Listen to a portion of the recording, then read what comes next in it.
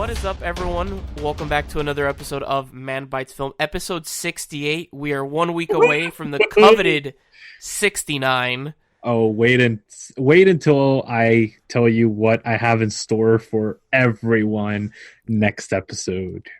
God, we're such children. As always, I am your host, Brandon. Joining me is Gecko, Geico, whatever, my lovely cousin, Lewis. Save 15% on your car insurance by switching to our podcast. 30%. We're not that good. We're not 30% good. We are not endorsed by Geico. And that lovely voice that you heard on the other side is, of course, my main man, Williamphoenix. I don't know about lovely. I didn't say lovely. How's everybody doing? Hope you're doing a lot better than Mr. Gecko. Did anyone ever try to mess with you by calling you? Oh shit! Let me silence my phone. Did anyone ever try to mess with you by calling you Geico instead of Gecko? That happened all the time. Okay. I totally would have been one of those assholes. It's all good. Totally. I kind of am one right now. A lot to do with the eyeball licking. There's a lot of jokes about the tongue and all that stuff. I was like, yeah. Wait, I don't even want to know. If you're joining us for the first time, for those that don't know, geckos have the ability to lick their eyes with their tongue because they have such a long tongue. Exactly. No, I know, but that's how he would sell himself to women, and then they would be really upset about his short. Not short. As always, tiny, sorry, I can't say short anymore. It's not correct. If you are joining us for the first time or the 68th time, we are a weekly movie podcast where we talk about movie news, we review one movie altogether, and we also review 3 individual movies. So, Lewis, take it away, my brethren. If you've actually outlived us for 68 episodes, thank you very, very much. Yeah. You are a true fan. If you've been listening for 68 episodes, you are a fucking trooper. My dudette. I don't want to assume genders here. Right. All right. Real quick, last thing. Shout out to my friend Megan, who I know has started with episode 1 and is literally binge listening our podcast to try and catch up. She's on episode 22 at the moment, so a little surprise for you. If you get to 68, thank you for binge listening and following us. Woo! Woo, Megan! Yeah, indeed. Woohoo! Awesome. All right, so Lewis, take it away. Movie news. Today, they have officially announced that Jason Momoa will be starring in yet another fucking film. It's a Netflix original. I mean, the man's an actor, so... Don't sound so excited. I'm assuming you do not like Jason Momoa? I like him. You know, I appreciated him in Stargate Atlantis, Game of Thrones, obviously. That's about it. But did you appreciate him in Justice League and also Aquaman? Yeah, it was alright. Okay. But he's going to be playing in the movie Sweet Girl. It's directed by Brian Andrew Mendoza, and it's a revenge thriller that will follow a man's quest for justice after his wife's life ultimately ends. Okay, that's a weird sentence. Did you stroke out there? I'm like, what happened? I was reading the sentence and I was like, what? That's an odd sentence. But anyways, yeah. Okay. It sounds like an interesting movie, but, whatever. It sounds like your typical Netflix original film. Yeah. I'm waiting for it to be directed by Adam Sandler, and I'll be like, okay, that matches up with his line. Dude, Adam Sandler, dude, what a fall from grace. My man has Hey, his last movie was actually not bad at all. It was actually a pretty good movie, especially the Sandler movie. The one with Jennifer Aniston, that one? Yeah, the one with Jennifer Aniston. That was actually, yes, he was predictable. Yes, obviously it had its little, but to be a Sandler movie and with what we've gotten, unfortunately, I can say, accustomed to be a Sandler movie, it was actually a very decent movie, and a lot of it had like Rotten Tomatoes even enjoyed it. It made a lot of money for Netflix. A lot of people watched it. I watched it, and I watched it with the girlfriend who's not a big Sandler fan, and she she enjoyed it. Like it wasn't like the best Sandler movie she ever saw. But at the end, I was expecting her to be like, "Oh well, it's trash." But she was like, "Oh, that's actually a good movie." So, and if you haven't met my girlfriend, she is very critique about certain movies. So I was surprised. Critical, yes. Critique. I'm not Englishing well tonight. I will just admit that. It's always one of us. Always one of us has to sound it's either one of us of all three. There's no in between. Yeah. So speaking of not Englishing well, Dave Bautista and Terry Crews are officially co-starring together in Gears of War movie. No. Well, no. Bautista says he wants to be in one, and Terry Crews says he wants to be in it as well. But nothing has been signed. There's not even like a script. There's not even a pre-production. They just said, if you guys make a Gears of War movie, we want to be in it. Yeah. He's been like telling everybody like, yo, come on. Like, if you do one, I want to be, Marcus, whatever the main character. Yeah. But Marcus Phoenix.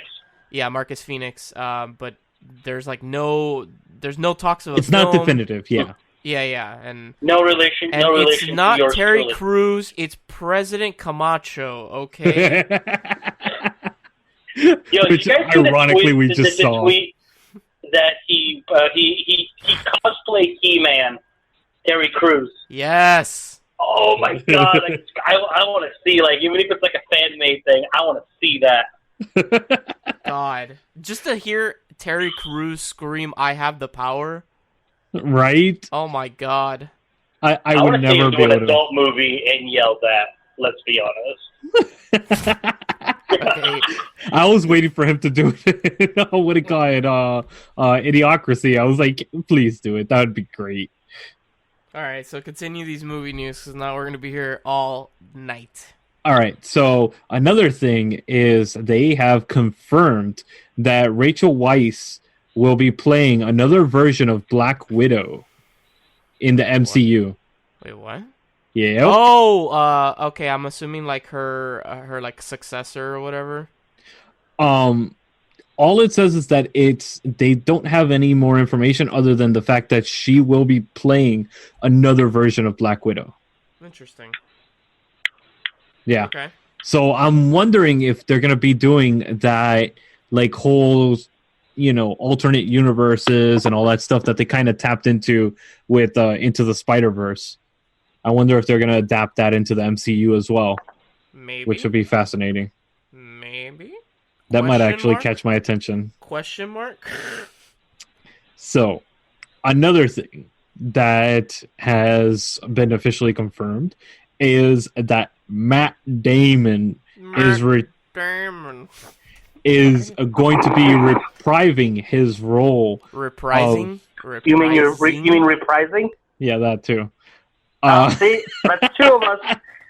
Brandon, you need to learn English well, and the prophecy will have come true. I'm waiting, dude. It's probably going to happen at least once in this episode, so just stay tuned. Just keep listening, and I'll probably... Anyway, Matt Damon reprising his role.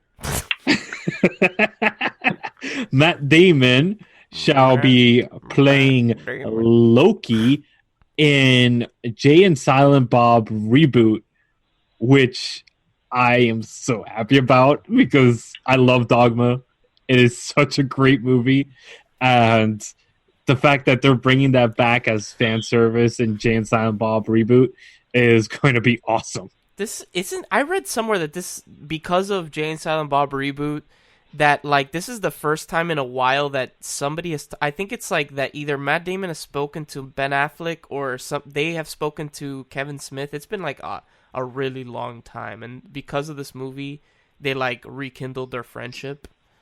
So yeah, I don't know who it was. I don't remember. I'm excited because I don't know if you guys heard. I already got my tickets, by the way. They are going to be doing a live tour with Jay and Silent Bob, and they're going to be presenting the movie with their own personal Q&A. So both of them are going to be touring with the movie. So is Kevin Smith actually going to talk, or is it just like Silent Bob? No, Kevin Smith is actually going to talk. And Jason Mewes, okay. Yep. So they're both going to be coming back, and they're going to be touring with the movie in certain cities, in select cities, on certain days. And they're going to be playing the movie and then having a Q&A afterwards. Bro, like, which I'm excited. No offense to Jason Mewes, but man, you could totally see the drugs have taken a toll on that man, dude. Oh, dude, fuck yeah. Holy moly. He has he's gotten clean, but I mean, when you get clean. No. I know he's been clean for I think like 10 years, but like you could see in the trailer for Jay and Silent Bob reboot that not only are they much older, but also like you could tell that the drugs like really mess with his teeth because he has like fake teeth now or like veneers, and it's really distracting. Yes, because they're really shiny. Yeah, they're really shiny, and you could clearly tell that they're fake. Yep. So yeah, but nothing against Jason Mewes. I think he's really funny. So what we're trying to say is, kids, don't do drugs. Yes, totally. Or for our generation, drugs are bad, okay? I just think of that commercial with the frying pan. This is your brain on drugs. It's funny. I thought of the same commercial, dude.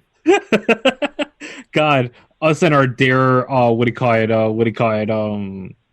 nostalgia, I guess you could say. But yeah, anyways, moving on. Look at all of us. Right? We're dare, all and then like 90% of us are smoking pot and doing other stuff in high school. Jesus. Anyways, moving on. The Lion King has officially passed $1 billion in worldwide box office. Don't give a shit. So is Spider-Man Far From Home. And it is the only Spider-Man film to have done that. Yes, it is. Look out, Avatars are coming for you.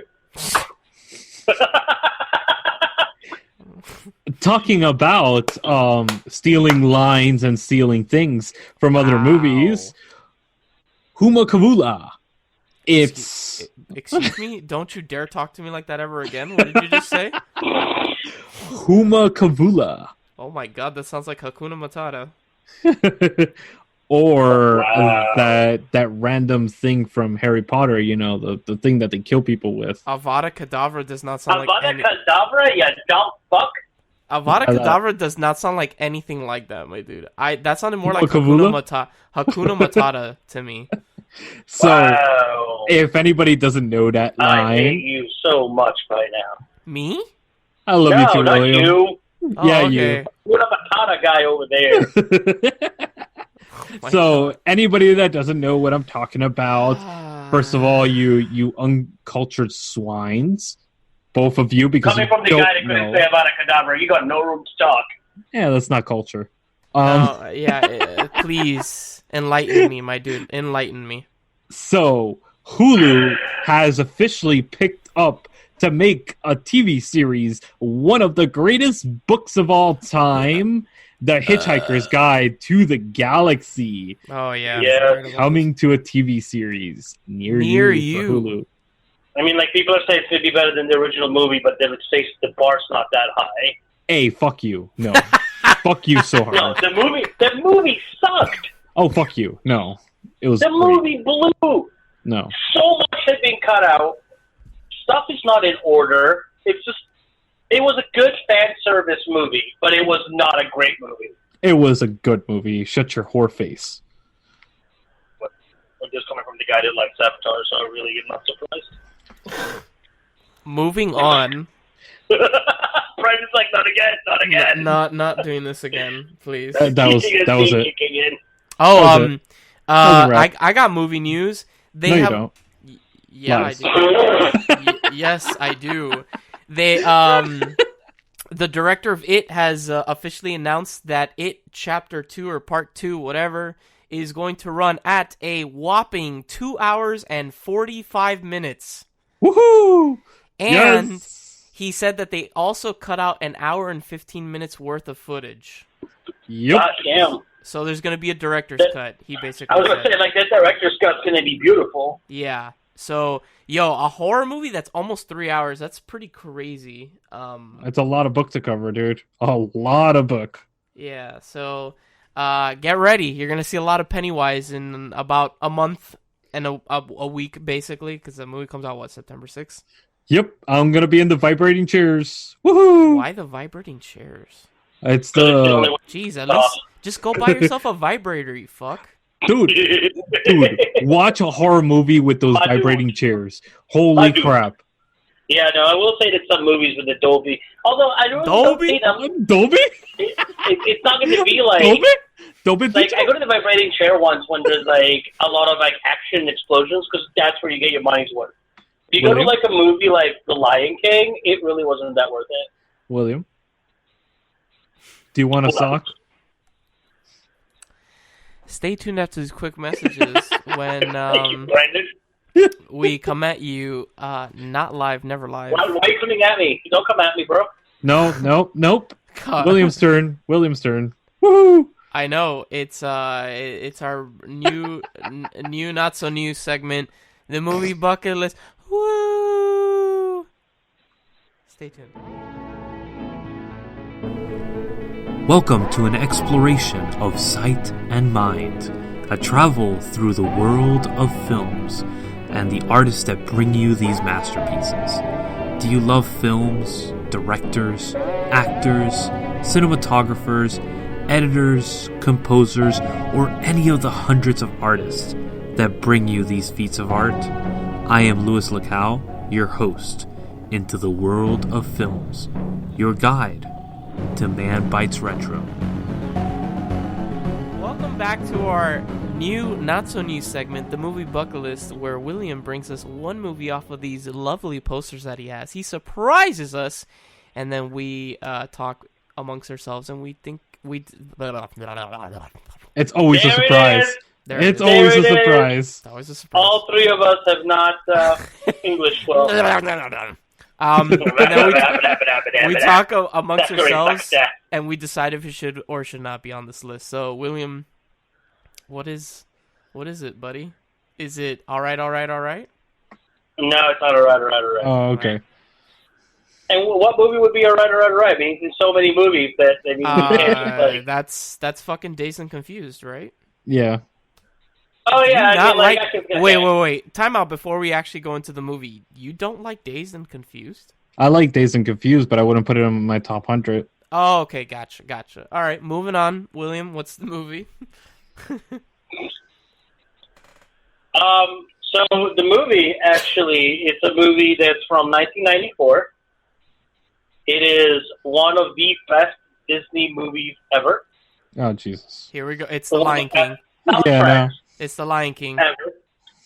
And it's based loosely, but still based off Shakespeare. And of course, we're talking about The Lion King. And yes, you can go check if you want, Louis. Sorry, however the fuck you sing that song. Sorry for RIP headphone users for my singing. I apologize. Yeah, please. I was a little aggressive. Just a little.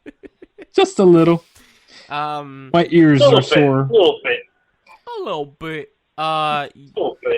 It's like you fucked my ears right now. That's what it feels like. Jesus Christ. You know, fun fact about the Lion King. There's an anime. I don't know if it's a show or a movie called Kimba or Kimber. I think it's Kimba. And there are like scenes that like legitimately are shot for shot copied from it in the Lion King. So the whole thing is that they say that they took from that, like they basically like based the Lion King off of that anime.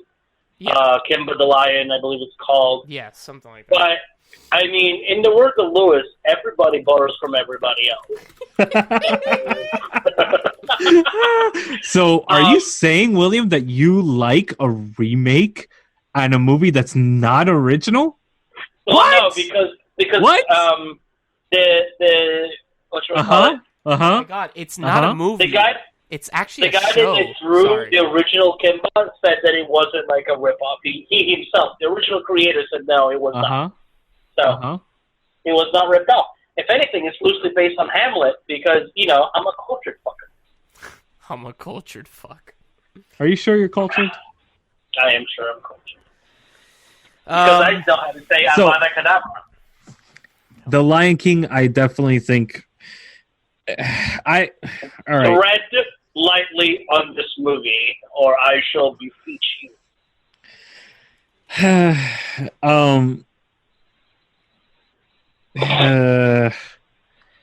Yes. It is a very good movie. I will give you that. I agree. It is a very good movie. I don't know if it will break my 100. I agree. But this is not about breaking 100. Is this a movie that should be watched as a bucket list movie? That's what I'm saying. Like, I don't know if it will break that. And if it doesn't, all right, so I'll put it in the high 90s, low hundreds. Okay, William, are there any other Disney animated films on these posters? You don't have to name them, just are there any other ones? Give me 1 second. Because it definitely counts for you mean representation. Animated, not CG, like not computerized, right? Not computerized, like, you know, like Disney Renaissance, like... yeah, there is an Yeah. Give me 1 quick second. I am... Because I will be completely honest with you. I like The Lion King, but there are other Disney films that I like more. I like Mulan more than Lion King. I know some people are going to be super pissed at me for saying that. What? Yeah, I like Mulan more than The Lion King. I like Beauty and the Beast more than The Lion King. Well, so do What? I. Dude, Yeah, so Beauty do and I. the Beast is the best Disney movie, period. Don't at me. Fuck off, okay? That's all I'm going to say. Don't at you? Don't at me. It's a Twitter thing, my dude. You never heard that? No. All right, so I would agree with Brandon, Beauty and the Beast, but followed very, very closely by Sleeping Beauty for me. So, William like had a stroke. He's like he like fell off his chair. He's like, dear God. to answer your question, Brandon, no, that is the only animated Interesting. Disney cartoon on there. Now, There's a Pixar I'm movie going in to there. try and say this as unbiased as I can because, as I said, this is my all-time favorite Disney live action, and I just went to see Live the action? remake. Not live action, sorry, animated Disney movie, and I just went to see the live huh? action at the movie theaters. And we're not going to get into that because we don't have enough time to cover all that. I've heard it's lifeless. Like, I'm not even fucking joking around. But yeah, that's a story for another. The animation, okay, so real quick to touch base, the animation is great. What I thought, Beautiful. I thought that No, I think he's talking about the live action. background Yeah. was actually filmed in Africa, and then they put in the animals after. Come to find out, except for the very first shot, everything else is digitalized, so nothing is real, which took a lot away from me because I was like, had it been at least that, it would have been nice because the cinematography is great, but it's not cinematography because it's all done in a studio. So it was kind of like a letdown on that part. Then there's the whole Scar thing, there's a whole lot of things. But anyway, back to the animated one. I love the animation on it. Storyline aside, just like the opening scene is one of the most iconic opening scenes in any Disney movie. Oh, for sure. The song and one thing I will do that they recreated it. Have you guys seen the live action Lion King? No, I have not. Yeah. So like they reanimated They did it shot by shot. They did it shot by shot, beat by beat, and they even did like the pool. Isn't that the whole thing that I've heard about the live action is that it's too close to the original? It is. It is exactly but it's shot by not. shot. Like they took away a lot of the lines, a lot of the humor, a lot of the punchlines. that's what people's problems is, that like not only do the animals look lifeless when they talk and stuff like that, but also that they animated them too close to real animals. But also it's just way too faithful to the original movie when like people were like, why didn't you just take some liberties and do something a little bit different? I don't know. Agreed. But so the Lion King, I don't know, man. There's just God, man. There's I didn't grow up with the Lion King. Like I did and I didn't. I watched other Disney movies way more than I watched Lion King, and I'll be completely honest with you. I don't know why. Bro, I love the music in The Lion King. I love Timon and Pumbaa. Those are my favorite characters. Everybody else, I could give three shits about. The scene in the animated, I will be really completely didn't honest care. with you. When I was a kid, the scene where Mufasa dies used to scare the living shit out of me. Really? I don't know why. I can see that. What year were That you was born, one of my Brandon? favorite parts. I was 3 when that movie came out. Okay, yeah. So I will say this: when I went to see the live action, I went with my girlfriend, and she doesn't really get emotional when it comes to like movies. Okay. You know what I mean? Like she's very like she I don't feel like she's detached, but Samara's dead inside. No, I'm kidding. Wow. No, I'm kidding. Glad I'm kidding. she doesn't listen. So during the Mufasa scene, I kind of like glance over and I see what I think is teary-eyed. And I'm like, okay, everybody gets teary-eyed. I don't, but I did back then, but not anymore. I've seen it so many times. Yeah. Everybody gets a little teary-eyed during Mufasa's death. I was wrong. I looked over, and she is straight up ugly crying. Ugly crying. And she looks at me and whispers, because I love Scar. I love aspects of Scar, but I love Scar because it's one of my favorite villains. And she looks at me and whispers, I don't understand how he's one of your favorite villains. He's so heartless. And I'm like, I'm not getting to the discussion in the middle of the movie. I'm like, this girl is just like ugly crying. And like, I don't know, it just kind of made me smile that like she, had this, attachment and whatnot. And it was like, also, yay, Lion King broke her. Also, so funny enough, I saw like the later half of the Lion King literally very recently, the animated. It was on TV. And dude, like the animation does not hold up, dude. In my opinion. What? Like what? I think it holds up. I don't think, damn dude. well. It looked odd to me, dude. Like I was watching the movie and I hadn't seen it in a while. It might have been the station that they put it on because they do a lot of editing to those. Maybe, but I was like, yo, this animation looks really weird. Like not great. Maybe you're right. Maybe it was ABC Family or Freeform, whatever the fuck it's called now. Yeah, no. No. But I was like, what the hell's wrong with the animation? Like everything just looked really weird. So okay, maybe I was wrong, yeah. But rewatching it, that ending sequence when Pride Rock like lights on fire, like when the lightning strikes and then it causes like a fire and stuff like that. And the fight between Simba and Scar is really cool. It is a cool movie. I just I don't have nostalgia behind it like you do, William. So, I don't really either. Like I don't know. I identify a lot with Beauty and the Beast a lot more, and also Beauty and the Beast is Sleeping just beautiful to me. Like this, there's certain scenes in that movie that it's like holy shit. Speaking of which, I was at work today, and this group of four kids, but like kids in like early 20s walked through, and we started talking. And this girl, I kept looking at her, and then we started talking, and she pulled up her Instagram. This girl straight up looks like Emma. Like she's got Emma Watson's face, but she's got Kristen Stewart's eyes. And like in her Instagram, it's just like there's a couple pictures that she took that I looked at that literally she looks like Emma Watson just walked off the set of Beauty and the Beast. I was like, holy crap, really? Doppelgangers. But yeah, but anyway, I mean, I think Lion King.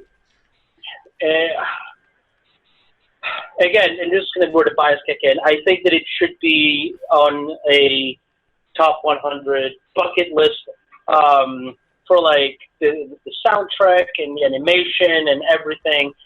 But I will give you that maybe it should be between, I don't know, with the list that I had the advantage of knowing the list and whatnot. I would probably put it around 70, 80. Okay. I do think it's a very important Disney film, and I think it deserves to be on the list. I just personally think, in my opinion, there are better. I would also put like Disney. milestone-wise, Aladdin. Aladdin is a bigger milestone when it comes to animation because it was the spark. It was one of the major sparks of the Disney Renaissance, and it love gave the Aladdin. voice actors. God, Aladdin is so fantastic. Yeah, exactly. Um, But I wouldn't put it on a top 100 bucket list either. I think Beauty and the Beast or what do you call it, Sleeping Beauty, because of the animation style and everything that it went involved in, that was freaking impeccable.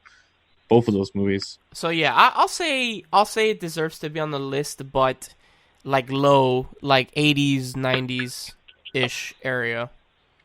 Okay. Yeah. Okay. Yeah. Okay. Anybody else? No. No. I'm good. Okay. All right, guys. So stay tuned after this quick break when we come at you live with the main review of our show, which is The Emperor's New Groove. Pull the lever, Kronk. Wrong lever. Wrong lever. God, I love that scene. Hey, you lovely nerds. This is Nisha M., your geek mom, from Diversely Geek. Diversely Geek is a global non-profit that promotes self-acceptance by highlighting the positive message of fandom. We're all fans of something that has affected us for the better. We like to express that love by embracing our inner geeks with you all on our podcast Diversely Geek Discusses. We also have a podcast for any Whovians out there called Doctor Who in Review. We often partner with Manbitesmedia, so you're bound to come across us sooner or later. You can find us all on our podcast platforms as Diversely Geek Discusses and on social media platforms as Diversely Geek. You can also subscribe on our website, diverselygeek.org, where you can find our podcasts, videos, original content, articles, and so much more. And remember, there's some good in this world, Mr. Aslan. Alright guys, welcome back for the main segment of our show, the main review, which is The Emperor's New Groove. This was... Okay, so, I know last week we said Mulan. William made a mistake. We had already talked about... I didn't make a mistake. I didn't know that we already picked Mulan, and then Mr. Geico over here was like, I already did Mulan in episode 22 as an individual review, so I'm not going to allow you guys to do it again. And I was like, fine, whatever. Then we're doing Emperor's New Groove. That's my ball. All right. So, Emperor's New Groove is another Disney animated film. What? What was that? Gecko? I said nothing. Okay. Set in the Inca Empire. There we go. I'm looking at the Wikipedia. Thank you, Wikipedia. Where there all I have to say is sharp rocks at the bottom.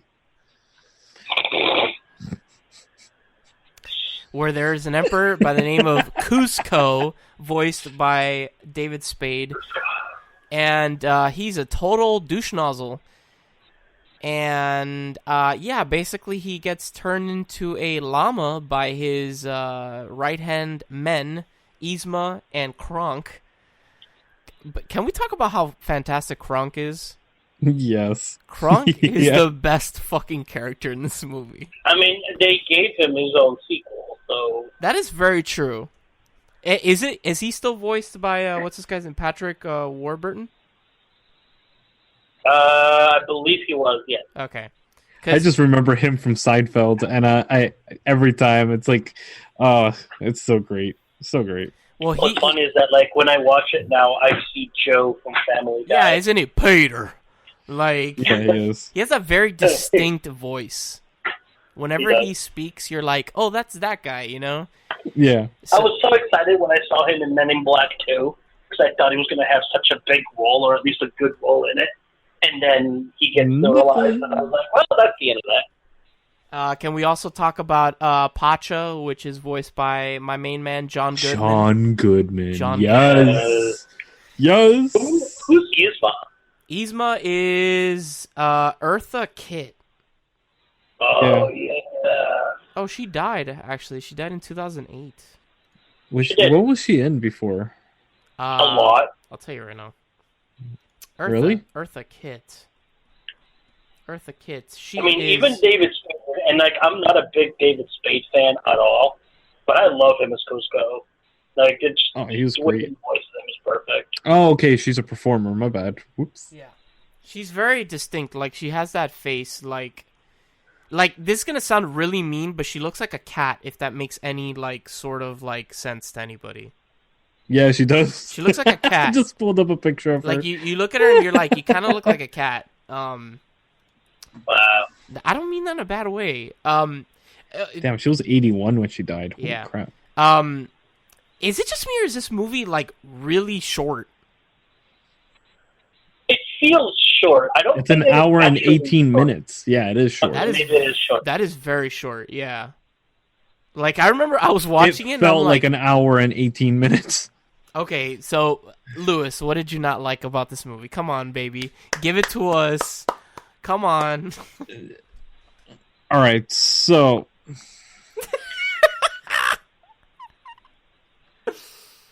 Hello?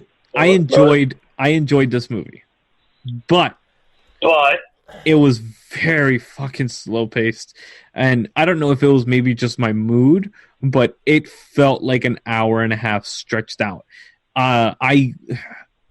This movie, when I originally saw it, I felt like I enjoyed it a lot more than I did this time. And again, it could just have been my mindset watching the movie, but I felt agitated at the end of the movie, and I was like, ugh, that was a waste of time. I don't like. Okay, so what parts did you think were like? I just didn't like the pacing, and the comedy kind of fell short for me in this viewing. But I remember the movie being a lot better. That's why I was like, oh, okay, this is a step up. I still love it. Like I watched it like a few weeks ago, and I still love the restaurant scene. The restaurant scene is phenomenal. Wait. It is so good. Before you get into the restaurant scene, William, Lewis, did you just make a comment that this movie is better than what we were originally going to be watching? Yes, because I remembered it better, but it's not better than Mulan. I will. Okay. So, We can allow him back on the show. all right, so I give Mulan a lot of shit. It's just an act. Why do you give Mulan a lot of shit, by the way? It's just historically inaccurate. That's all. Who gives a fuck, man? I mean, I do. It's Disney. Disney's not known to be exactly historic. Well, and that pisses me off about Disney. There really wasn't a genie in Aladdin. Actually, there was in Arabian Nights. There is a genie in Arabian Nights. Yes, but the thing is, Mulan's based on actual thing. Yes. I don't know, man. Exactly. Mulan is great, dude. Like the sequence, like the dancing when her father dances with the blade and stuff like that. In the beginning of the movie. Also, Bet you if it was Bilbo Baggins dancing with the blade, he'd love it. I'll Make a Man Out of You is one of the best Disney songs ever. Don't at me again. I'll make a hobbit out of you. I don't know. That song doesn't do anything for me. When you're not the only person to bring that up. Man, you must be swift as a coursing. Come on, man. How do you not? I don't know. Shut up, dude. That scene did nothing for me. Nothing whatsoever. God, you must have been touched as a child, bro. Where were you touched? Where were you touched? God damn it, man! Like, can't you Pennywise pull my soul into the sewer? God damn it! You're like little Georgie, dude. Like, it wasn't Georgie that died; it was you. Help me! We all float down here. I don't know, man. Like, how do you not like Mulan? Like, Mulan is so good. I didn't say I don't like Mulan. I said I don't like all the scenes. I don't care for that song. I do enjoy the movie. It's a good movie, which is what I said in the review.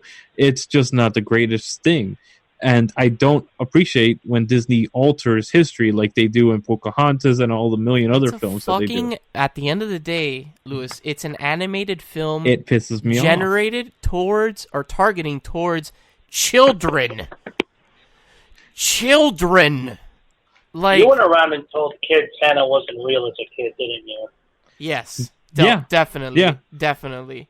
Brandon remembers. No, like, I'll be flat out honest with you. Like, his parents did not give a shit about him. They didn't love him. Yes. Lewis is that Debbie Downer kid that's like, well, I had a shitty childhood. I'm going to make you have a shitty childhood. That's Lewis in a nutshell. The wonderful world of our family. I don't know, man. All right, so... I'm dying. It's a good movie. I'll give you that. But Emperor's New Groove, I don't know what it was. There was something about this movie that just didn't rub me the right way. it felt like there was something missing. It felt like there was a character that was supposed to stand out on the screen that was missing. So honestly, I would probably, before I watched this again, I would have probably given this a 7.58 out of remembering what the movie was. Now, watching it again, I would probably drop it to like a 6. God damn. Granted, now, just to put it in perspective, Mulan is 8.59 for me. Wow. Okay. It's a great movie, but there's parts where that pisses me off. So, just FYI. Are you talking about all like the Mongolian Empire and all that stuff? And not only that, just the way that they use the historical facts and they twist them completely and obliterate them in some scenes. And it's like, no. But going back to Emperor's New Groove, I honestly think that the best scenes in the movie are when Kronk is at the forefront.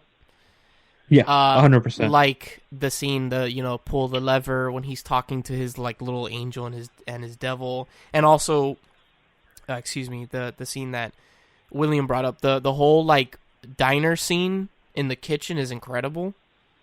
Oh my god! I love how Kronk is a fucking idiot. And the man can take orders like a savage, man.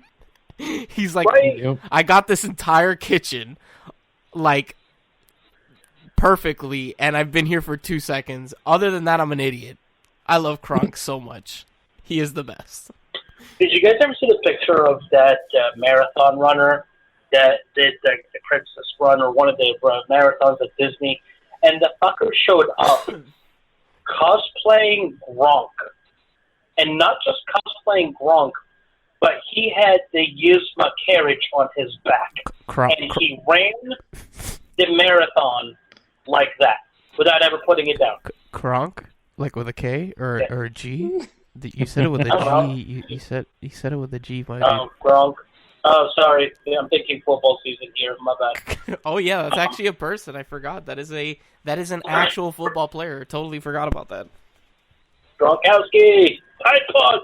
So, what do I think of The Emperor's New Groove? It has its moments where it's, like, really funny, but I do think that it's, like, I kind of agree with Lewis to a certain extent. It is weirdly paced.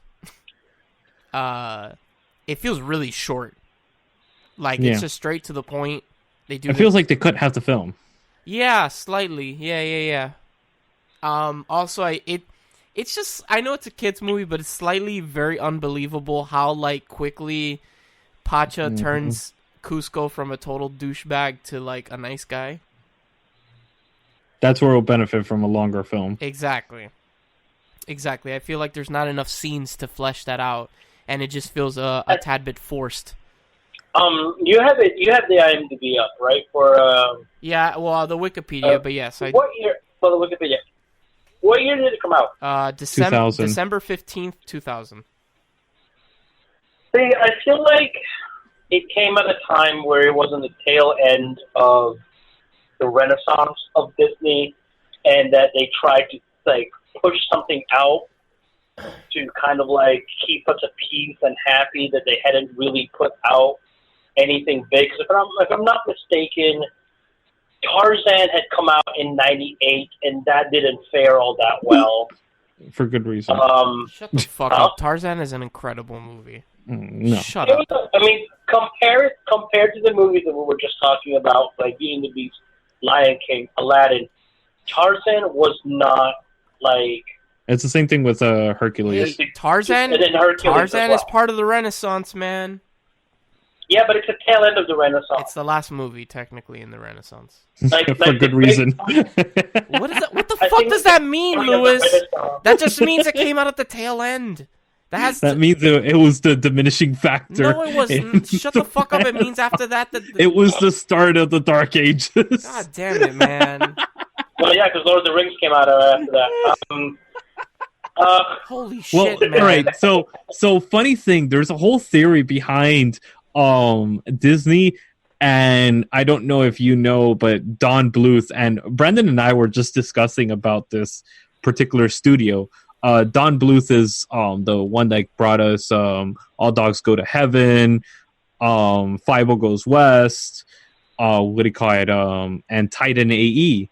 And Titan AE came out the same year as this movie. Yes, it did. Titan AE was an amazing fucking movie. Yes, it is. Exactly. So it kind of puts it in perspective. It's like, yikes, that's a movie that came out the same year as this. Yeah. And yes, it's completely different movies. Right up there with Treasure Planet. Like the reimagining of Treasure Planet. I actually really like that movie. Treasure Planet is super cool. I hope that because now there's talk that they're going to be doing Atlantis, which is great. Yes, they are. I'm so happy about that. You know, like, I'm hoping that Treasure Planet is on that list because it really needs to be on that list. I'm good with the movies the way that they are.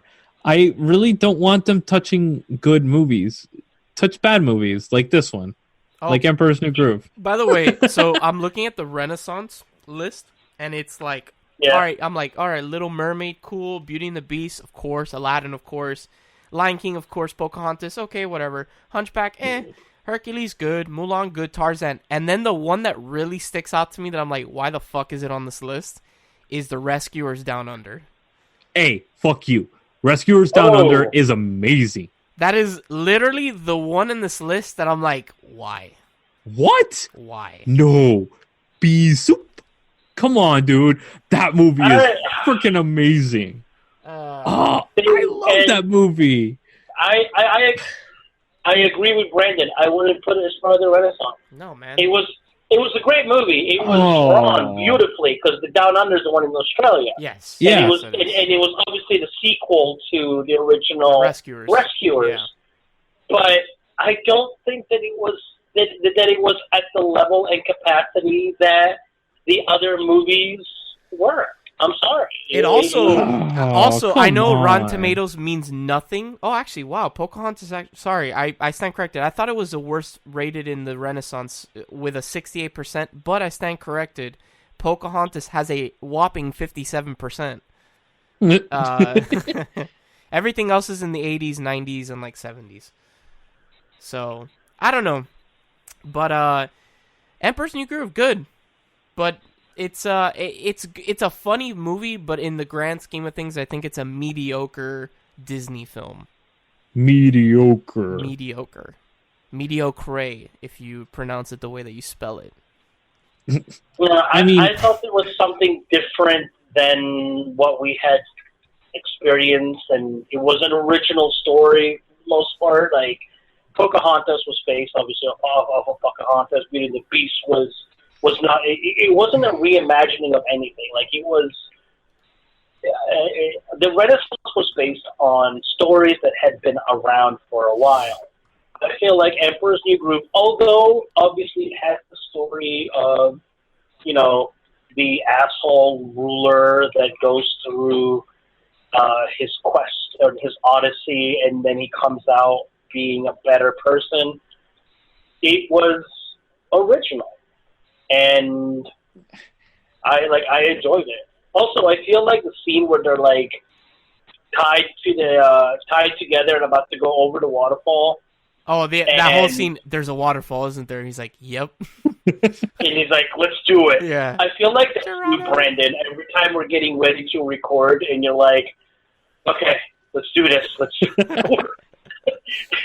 Me and Lewis are the waterfall, and you're just like. All right, here we go. Let's do this. There's no turning back. I might as well get it over with. I low-key wanted to taste what that slug thing tasted like in the diner. The one he's like slipping through the straw. I was like, yo, that looks pretty tasty. But of course, it's animated. That thing in real life would probably look terrifying. Oh, God, I'm disgusting. I am so disgusting. So Emperor's New Groove. So speaking of Rescuers Down Under, yes. I just wanted to say this before we moved on. Yes. Wilbur, John Candy. Oh, come on. John Candy was one of the most brilliant comedians of our time. I agree. At least for me. I agree. And that's why I really hold that one so much higher than it deserves, I guess. But not to take anything away from John Candy. John Candy was a great comedian, and you know the whole. And Bob Newhart. I mean, come on, Bob Newhart was fucking he's one of those people like what do you call it, Mary Tyler Moore and Lucille Ball. There have been a lot of comedians that have done crap movies. Look at Adam Sandler. Well, yeah. Crazy Night. Most of Adam Sandler's movies. Yeah, he's pretty garbo. No offense. I mean, he has like 5 good movies, maybe. True. But anyways, so what would you give Emperor's New Groove, William? I prefer a good 8 out of 10. Yeah. How about you? Oh, I said 6 out of 10. Okay, I'd give it a 7. I'd give it a 7. Okay, so we kind of each move up one. Yeah. There's better Disney movies, so yeah. And this one's streaming Netflix, yeah. Netflix. Not for long, probably. So catch it while you can. Actually, I know I knew there was something I was listening during movie news. Did you guys hear that Disney Plus has announced that you can either get Disney Plus as Disney Plus, or it will be an add-on to Hulu. Oh, I didn't know that. I didn't hear that. Yeah. Okay. Which is probably what I'm going to do, because I'm going to want all my Disney movies. And I'm hoping that they put all those old school movies like Treasure Island. Like Treasure Island, but I'm talking Greensleeves with one of Jodie Foster's first movies. Pippi Longstocking, dude. Pippi Longstocking. The Last Flight of Noah's Ark. Huh? There were some. The Last Flight of Noah's Ark. Never saw that one. Really Flight of the Navigator. Flight of the Navigator. Yes. I hate to say this, but you know they're remaking it, right? Oh, fuck that. I don't give a shit. Boycott. Flight of the Navigator is so cool, dude. Oh my god, that movie. Nostalgia all over the place. Dude, it sounds like with that one. It sounds like they're coming on you. Relax. So nasty. Anyways, moving on to the next section. All right. Okay, so we're done with this. I'm having a brain fart slightly. All right, guys. Because my dad walked in and I was like, "What?" All right, guys. Stay tuned after this quick. You got cult masturbated. Yeah, basically. Stay tuned after this quick break when we come at you, not live, never live, with the final segment of our show, the individual reviews. As the songs of awakening rang through, the world was created. The silence was broken. Middle-earth, with its rolling hills, broken mountains, flowing rivers, and beautiful forest, was created. Cellar Door is a journey into the mythology, the mystery, and the beauty of Middle-earth. Sit back. Close your eyes. And imagine.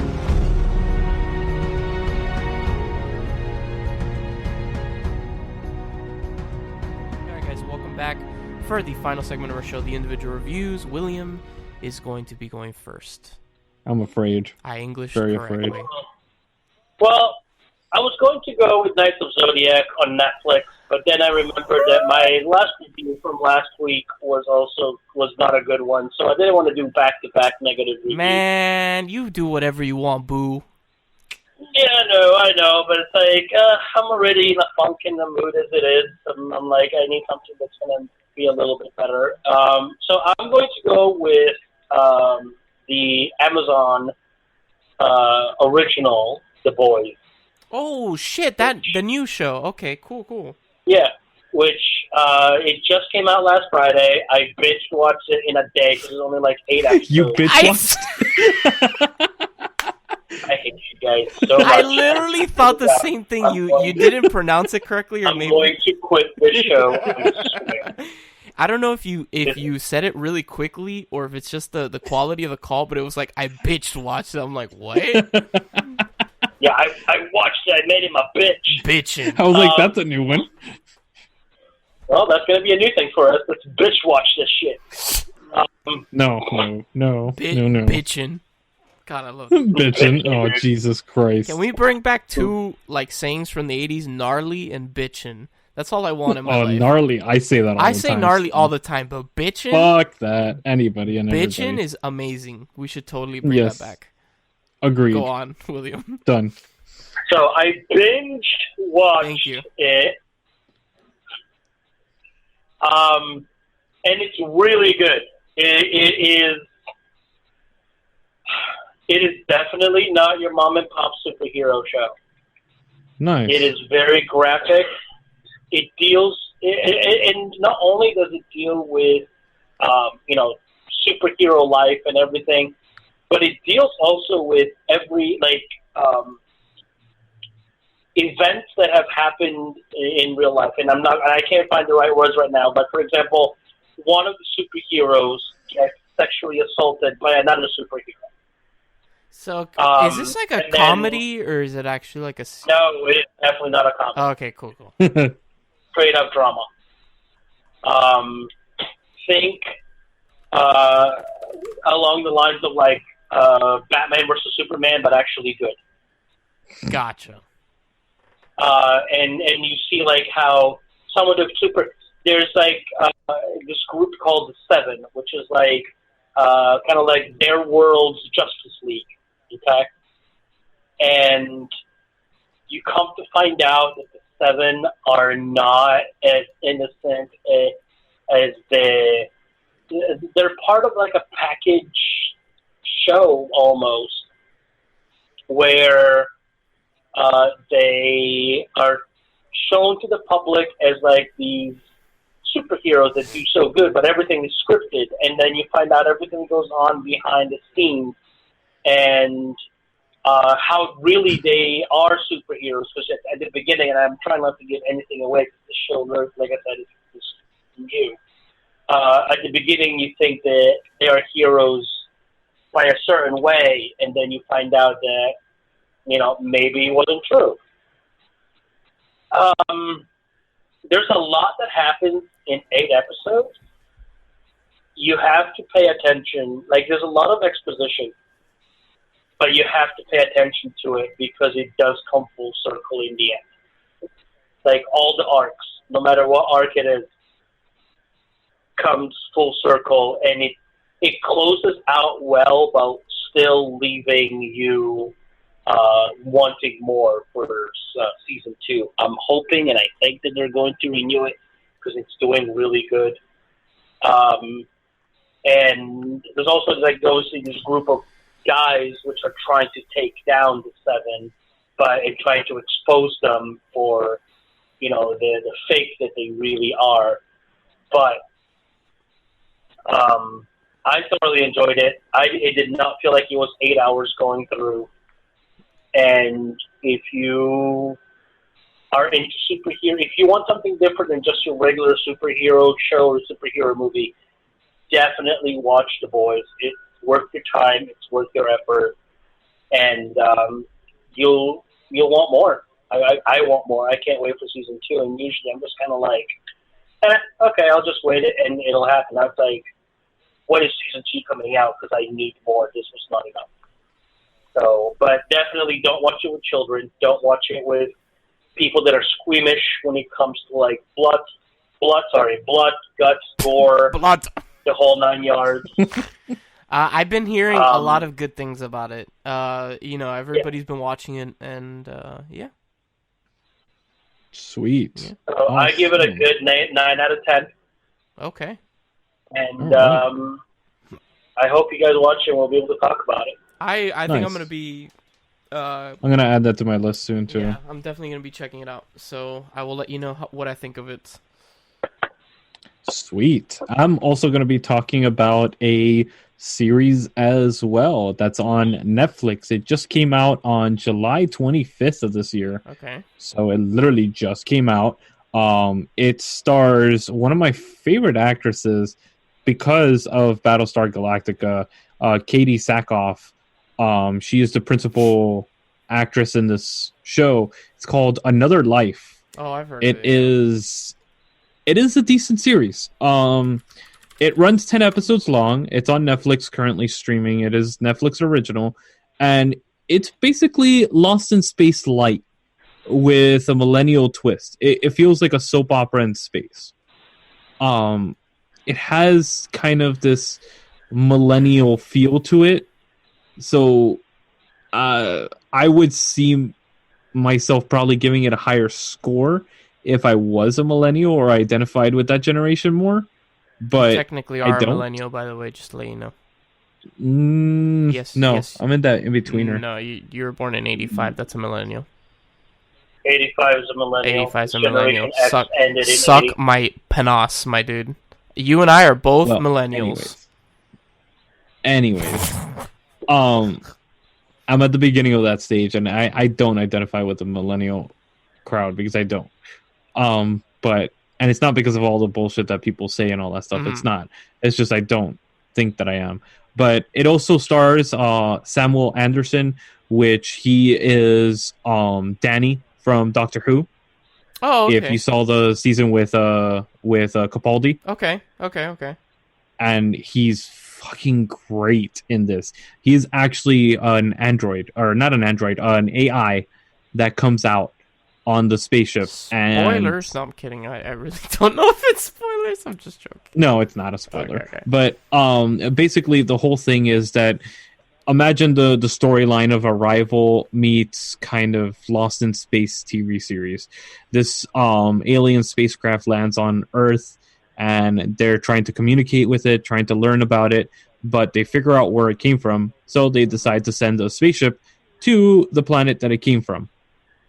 And the main storyline takes place on the spaceship going to this planet, but also the person that is trying to communicate with the spacecraft on Earth is in a relationship with the main character that's the captain of the spaceship.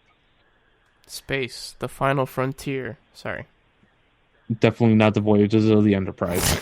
But it has like kind of the stereotypical millennial cast that you have for diversity, quote unquote. You say it with such disdain in your voice whenever you say that word. Millennial. No, but it's that kind of like appeasing to all people, and when they do it in a show like this, that it's literally pandering. It's not done like organically. Mm-hmm. You have literally what's his name, the chubby dude from Lost, one of my favorite characters. Goddamn, yes, Hurley. You literally have this guy that is trying extremely hard, trying to be the character. Then you have the wannabe badass of Sawyer. You have the love interest in there. You have the love triangle in there, and you have the perfect characterization of each millennial trait in each of these characters. So it is very geared towards that audience. It's geared more towards like a kids born in the 90s type of thing. Okay, gotcha. That's what I mean by millennial. I'm sorry if I incorrectly stated that before. I'm just, I'm messing with you, my dude. Yeah, I know. But it's more targeted towards like the generation that was born in the 90s and 2000s. It honestly is geared towards that. But overall, I would say that it is worth a shot because it is entertaining if you like sci-fi dramas. But I would probably give it a 7 out of 10. So it's a little bit past mediocre. Okay. So And again, Netflix. Okay. I am the final one. You are the final frontier. I am the final frontier. I haven't watched anymore, but damn it, have I enjoyed what I've watched. And I know William started watching it too. So everybody's watching The Next Generation. It's incredible. We're all watching it. Yeah, I'm now bouncing back and forth between Next Gen and Dexter. Okay, gotcha. What a weird combo. ADHD right, child. I got bored of watching Next Gen because I'm trying to muscle through season 1 because everybody, even my Trekkie fans, are like, you're going to have to muscle through season 1 and even part of season 2. It's not that great, but then it picks up. Yeah. So I got a little bored with it, and then I was flipping through Netflix, and come to find out, Netflix now has the entirety of Dexter, and I'm like, okay, I know how it ends, because, I mean, it's no secret that it's, kind of like a letdown of an ending. Yes. So I'm like, all right, I know how it ends. But there's like 7 seasons or 8 seasons in between. And I'm like, okay, I will. I may give up on both and try to just binge watch Supernatural in time for like the season finale. But that's like 12 or 13 seasons. Yeah, God. It's like a ridiculous God amount. help you with that one. Yeah, I'm actually on season 6 already. In the middle of season 6. Next Gen? Yeah. Nice. So you're almost finishing it up. Yeah, almost. Dude, legitimately, I try to decipher how you do it, because like you work you have a full-time job. How do you watch so much of this shit? Do you watch that work too? No. God damn. No. What the whatever. So I'm the last one of the group. I'm going to be reviewing a movie, a very special movie, that is on Netflix also. So I had heard about this movie. It's relatively new. It came out. Oh my God, he's pulling it at Lewis. It came out 12 days ago. And you know what? I kind of wanted to review something a little mindless, so I decided to watch this movie, and that is Secretobsession, aka Lifetime movie. Oh Jesus! I don't know if you've heard of it. It's not a Lifetime movie, by the way. I'm calling it a Lifetime movie because that's what it should be. That's how bad it was.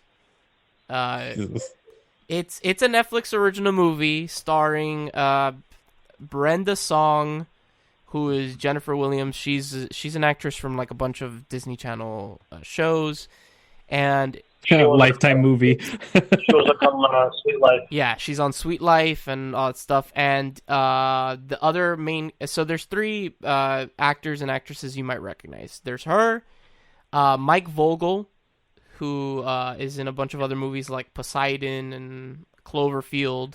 He's the brother that gets killed. His name's familiar. He's the brother that gets killed on the bridge in Cloverfield. Spoilers. And the other guy that you will most likely recognize is Dennis Haysbert, which is the Allstate man. Are you in good hands? Oh yeah. Yeah.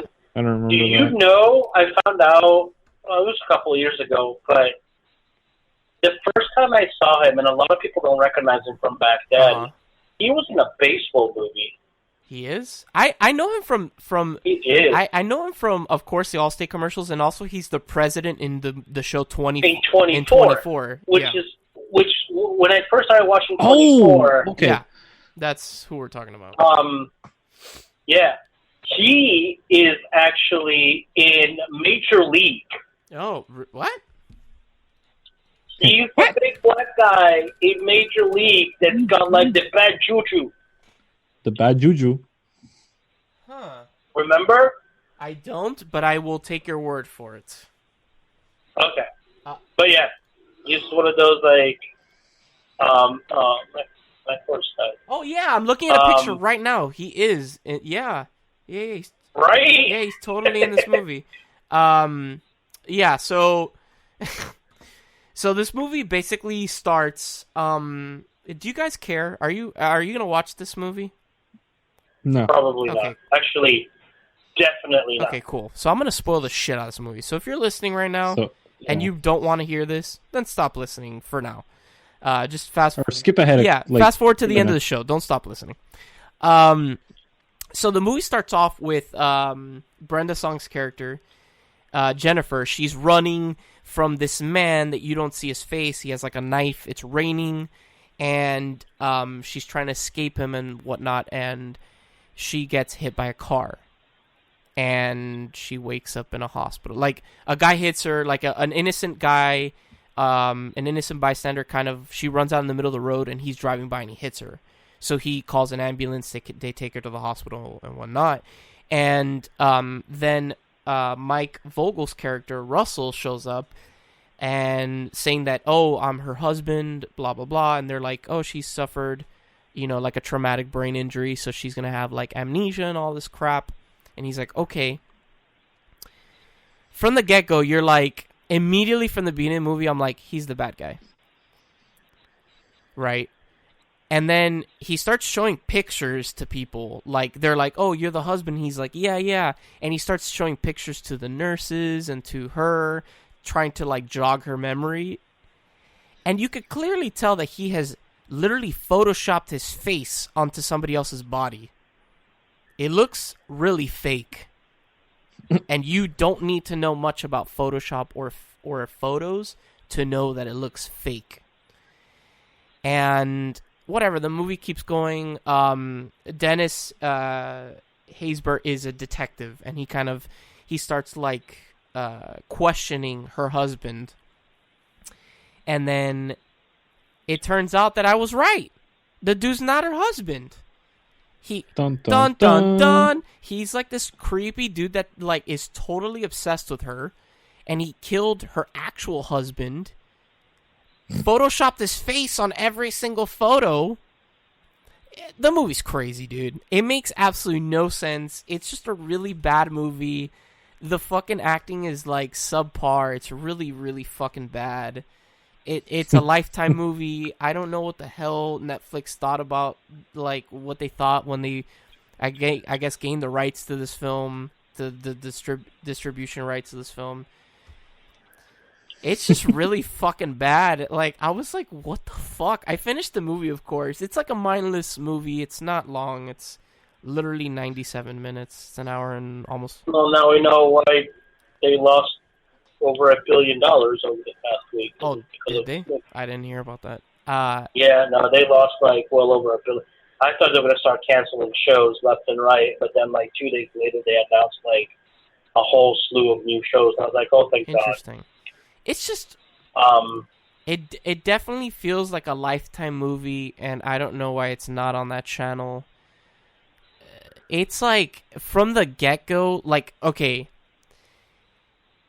when she's in the hospital, look, hear this, how stupid this, like, this thought, or like this, how stupid people are in this movie. She's in the hospital. This man shows up and is like, I'm her husband. They don't ask for a fucking ID. He's like, yeah, she has a tattoo on her back. Here's some photos. And they're like, yeah, you're the husband. It's dumb. I'm sorry, right now all I can think of is the voice from Cinema Sins going, Brandon would be great at Cinema Sins. It's really, really bad. I would totally give this movie... It's bad, but it's also like a fun, mindless bad. I wouldn't say that it's like totally unwatchable, but probably just like a sleepover movie. Yeah, it's like a really like shitty, but like in a kind of like it's a sleepover movie. That is a bad. Can we coin that term in Manbitesfilm? It's a sleepover movie. It's a total sleepover movie. Yeah, I give it like... Not to be confused with the Sleepaway Camp movie. No, that movie's incredible. Fuck you. I'll give it like a 5. It's like right down middle of the road. It's a guilty pleasure because it's really bad, but like, you know how like those Lifetime movies can be kind of entertaining even though they're really fucking bad? Yeah, exactly. That's how Secretobsession is. Sure. Yeah, it's so if you're curious, and even though you don't care that I spoiled the shit out of the movie, it's streaming on Netflix. Go check it out. Yeah. All right. So, I was gonna say William Lewis. What is our movie for the 69th episode? So I struggled. I spent a long time trying to find the perfect film for this particular occasion, and I'm going to read a quote from the film just to see if you guys could catch what it is. So, here we go.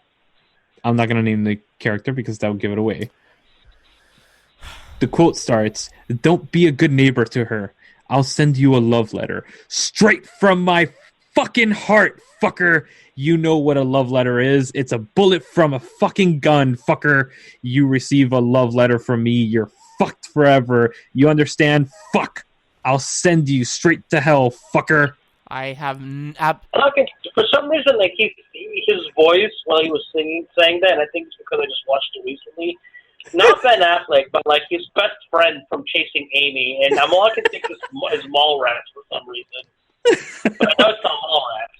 No, it's not Mallrats. I don't know. And then the next line, the quote stuff, and it's not new. The next line is this obviously gives away the title because it's the title line. While the person is breathing heavily into an oxygen mask, baby wants to fuck. Baby wants to fuck Blue Velvet. We are going to be watching Blue fucking Velvet on Amazon Prime. Okay. Enjoy. All right. I don't think I've ever seen it. Oh, you are going to experience Frank Booth in his hallucinogenic madness that is Dennis Hopper going absolutely apeshit. David Lynch, so it's gonna be a hell of a ride. Laura Dern and Dennis Hopper is in it. This is it's so good. It's so good. The guy from what's this guy? McLaughlin from fucking yes, from Dune. From Dune, and also the show. What's the name of the show? Oh my god, it's also David Lynch. Fucking Christ. He was in Lost Highways too. Yeah, what's the name of the show though? Oh god damn it. I blanked out. I'm sorry. Oh, wait. I got you. Wait. Great podcast. Also, Dean Stockwell, the guy from Iggy from Twin Peaks. From Twin Peaks. Yes, Twin Peaks. Iggy from what do you call it? The time travel show. Holy crap! I blanked out now. Fucking god damn it! Quantum Leap. Yes, Quantum Leap. Iggy is in this as well, and so is this old lady from Cocoon, really? Frances Bay. Really random. Is Quantum Leap streaming on anything? No, it's not. God damn it! Quantum Leap is such an incredible show. If yes, it is. That is streaming on anything, I will. Actually, I think it is on Freedive. No, I think. Wait, what were you gonna say, William? I want to say Quantum Leap is streaming on something. I think I saw on Facebook one of my friends had posted that this is not a drill. Quantum Leap is streaming. I just don't remember on what the fuck it was. But, okay, so supposedly, according to Google, Quantum Leap is on Tubi. It's free on Tubi, and on NBC it's also free. Oh, I don't know like how that works, but okay. So I'm sorry. I know we ranted a little bit there at the end. So of course, if you enjoyed our show, go over to Manbitesmedia, right? Film? No, I'm Manbitesfilm.com. God damn it! I got it right for like 2 episodes, and now I got it wrong. Manbitesfilm.com. Also, check out our friends over at diversitygeek.org. And now John is on all our streaming platforms, all our Fun madness. Thank you, William, the dankest of the danks. Thank you, as always. Thank you, Gecko, little lizard dude. You kind of look like a lizard. Is that why they named you that? No, it's because I go walk on water. I'm kidding. Gee, okay, wow, okay, Jesus. Oh my god. Just because you have a cousin named Jesus, that does not make you Jesus. Man, that's the most racist shit I've ever heard. My god. Thank you, Brandon. Only the Mexicans that name their kids. Thank you, guys. Not like a... And I. Yes. Okay, yes, it is. And I would like everyone to know before I end the show that I have a crush on Scott Bakula.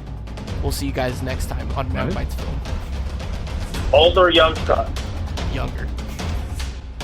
Okay. The main character of Quantum Leap, you piece of shit. You know, tune in. It's gonna be special. The 69th episode is gonna be a real ball.